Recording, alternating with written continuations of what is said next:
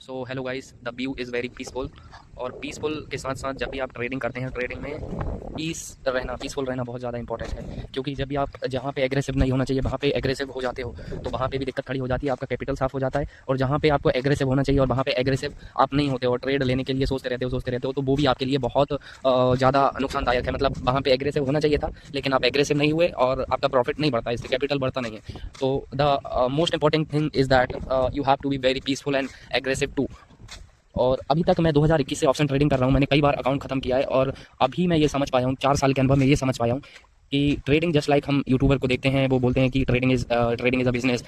इसको गैम्बलिंग की तरह ना सोचें, इसको गैम्बलिंग की तरह ना लें। तो मेन चीज़ यही है कि आप इस चीज़ को वाकई में गैम्बलिंग की तरह, हम लोग सब गैम्बलिंग की तरह लेते हैं स्टार्टिंग में, लेकिन जब आपको एक्सपीरियंस हो जाता है, सब लोग ये भी बोलते हैं कि बड़े बड़े जो ट्रेडर हैं, जिम साइमंस हो गए और रेट आर्लियन हो गए, जितने भी बड़े बड़े ट्रेडर हैं, उनका एक्सपीरियंस आप उठा के देखोगे तो उनका एक्सपीरियंस भी काफ़ी ज़्यादा रहता है, काफ़ी ज़्यादा। मतलब 8 से 10 साल में, विजय केडिया 8 साल में प्रॉफिटेबल नहीं हुए, उसके बाद उन्हें लॉन्ग टर्म इन्वेस्टमेंट चालू कर दिया। तो मोस्ट इंपॉर्टेंट थिंग ये है कि इसमें आपको सबसे पहले ये तराशना है कि आप किस चीज़ में अच्छे हो।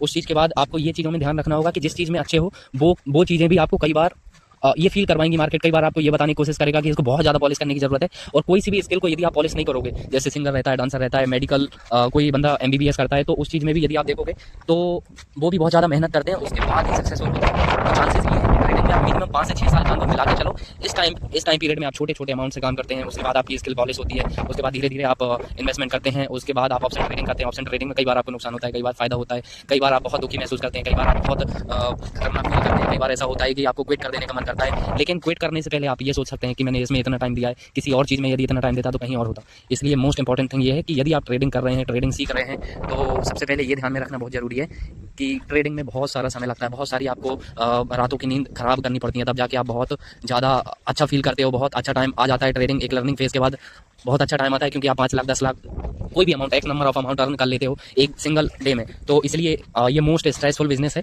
और अभी तक मैं ये समझ पाया हूँ कि ट्रेडिंग से ऐसा बिजनेस भी नहीं है। और जहाँ तक मैं ट्रेडर हूँ, फाइनेंस से जुड़ा हुआ हूँ, मैं 4-5 साल से सीख रहा हूँ चीज़ों को और पॉलिश करने की कोशिश कर रहा हूँ। तो अभी तक मैं ये समझ पाया हूँ कि ट्रेडिंग एक ऐसा बिजनेस है जहाँ पे आप बहुत सारा अमाउंट अर्न कर सकते हो, बहुत एक्सपोनेंशियल ग्रोथ हो सकती है, लेकिन एक्स नंबर ऑफ टाइम देने के बाद 5 साल 6 साल 7 साल ऐसा समय लगता है। जो यूट्यूबर आते हैं और बहुत सारी कम्युनिटी आती है इंस्टाग्राम पे या यूट्यूब पे, बोल के चले जाते हैं कि इसमें समय लगता है, 2 साल से मैं नुकसान में था, फिर मैं अभी बहुत अच्छे प्रॉफिट में हूँ। तो ये टोटल मिथ है, जो चीज़ बताई जा रही है वो टोटल मिथ है कि 2 साल में आप कैसे 2 साल में ट्रेड ठीक से लेना सीखते हो, ऑप्शन राइटिंग सीखते हो, ऑप्शन सेलिंग सीखते हो, उसके बाद आप कैंडल स्टिक पढ़ना सीखते हो, आप माइंडसेट ग्रो अप करना सीखते हो, आपको रिस्क रिवॉर्ड, मनी मैनेजमेंट और ये सारी चीज़ें सीखने में समय लगता है। 2 साल का टाइम कुछ भी नहीं होता है। हो सकता है कि माइट भी पॉसिबल 1% चांसेस रहते हैं, लेकिन वो रेयर रहते हैं कि 2 साल में कोई सीख सकता है। मैं 5 साल से 4 साल से सीख रहा हूँ, स्टिल मैं पॉलिश कर रहा हूँ, धीरे धीरे स्किल्स को अपग्रेड करने की कोशिश कर रहा हूँ। और हाँ, मैं ये कह सकता हूँ कि मैंने बहुत बड़ा अमाउंट नहीं कमाया है और बहुत ये है कि मैंने बहुत बड़ा नुकसान नहीं किया है अभी तक। और हो सकता है कि आने वाले टाइम में ये जो चीज़ें मैं इसमें समय देने का ट्राई कर रहा हूँ और मैंने जो अभी तक समय दिया है वो टोटल वर्थ इट रहे। ये अनुभव होता है, अंदर से फील आता है कि मैं मार्केट में कुछ तो अच्छा कर सकता हूँ। और आप जिस चीज़ में अच्छा समय दे देते हैं,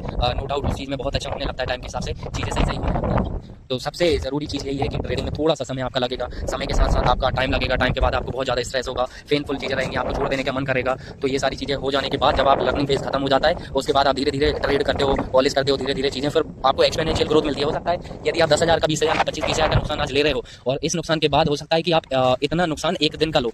अभी आप 1,000-2,000 के नुकसान से डर जाते हो सकता है कि आने वाले टाइम में 1 लाख का आपका नुकसान ही रहे। No doubt by God grace ये सब होने वाला है। एक दिन का नुकसान ये रहे, इसका मतलब ये है कि आप बड़े अमाउंट से काम कर रहे हो और ये चीज़ें पॉसिबल हो सकती हैं और पॉसिबल होना बिल्कुल तय है। मैं आपको ये गारंटी दे सकता हूँ, अभी तक मार्केट में जो भी मेरे को अनुभव है, 4 साल का, 5 साल का अनुभव है, मैं इसमें ये बता सकता हूँ कि आप टाइम के साथ साथ अपनी एनर्जी दोगे, इसके बाद साइड हसल करोगे, कुछ अमाउंट अर्न करोगे। और सबसे मेन चीज़ ये है कि कभी लोन नहीं लेके काम करना है। लोन लेके अभी काम करते हो तो आप बहुत, मान लीजिए अभी मैं 0 नंबर पे काम कर रहा हूँ, अभी मेरे पास कोई भी अमाउंट नहीं है, मैं लोन ले लेता हूँ 50,000 का, मैंने लोन ले लिया और 50,000 लोन के बाद मैं ये सोच रहा हूँ कि इससे बहुत अच्छा पैसा अर्न कर लेंगे या बहुत अच्छा 5 लाख बना लेंगे, 1 लाख बना लेंगे, 10 लाख बना लेंगे, फिर चुका देंगे, फिर और दूसरा लोन लेंगे। तो ये चीज़ें थोड़ी सी रॉन्ग होने वाली है, क्योंकि जब आप ये करते हो तो आप ट्रेडिंग थोड़ा सा इसमें ये हो जाता है कि ट्रेडिंग में ये होता है कि ये चीज़ें थोड़ी सी रहती है, माइंडसेट को लेकर 90% होती हैं, 20% आपकी स्किल्स मैटर करती हैं, like candle stick chart patterns वगैरह, कौन सी कैंडल का परफॉर्म कर रही है।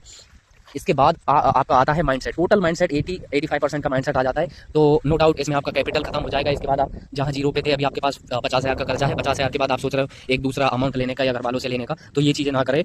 मैं हाथ जोड़ के निवेदन करता हूँ, ये चीज़ें बिल्कुल ना करें, क्योंकि ये सब चीज़ों से मैं गुजर चुका हूँ। इसलिए मैं आपको बता रहा हूँ कि ये चीज़ें थोड़ी सी पेनफुल हो सकती हैं, क्योंकि जब आप जीरो पे थे तो जीरो पे बहुत अच्छी पोजीशन थी आपकी, क्योंकि आपके पास किसी के डेट नहीं थे और किसी का कर्जा भी नहीं था आपके पास। यदि आप ऐसा करते हो तो फिर थोड़ा सा पेनफुल चीज़ें इसलिए होती हैं, क्योंकि आप जीरो पे थे, वहाँ से आप 50,000 का अमाउंट अरेंज करके थोड़ा सा 5,000 10,000 से सीखने का ट्राई करें। और जब तक 1 लाख 2 लाख रुपए आप कैपिटल साफ करेंगे फिर आपको समझ में आएगा, आप जनरल मेंटेन करोगे, आप चीज़ों को बनाओगे थोड़ा सा, आप उस चीज़ों को लिए नहीं जाओगे कि ट्रेडिंग में अभी आज के आज ही बड़ा अमाउंट बन जाएगा। 5-10% इनफ रहता है और मार्केट नो डाउट आपको 100% देगा, लेकिन उसके लिए बहुत सारी चीज़ों की जरूरत पड़ती है। आपको रिस्क मैनेजमेंट की जरूरत पड़ती है, आपको रिस्क रिवॉर्ड मेंटेन करके चलना पड़ता है।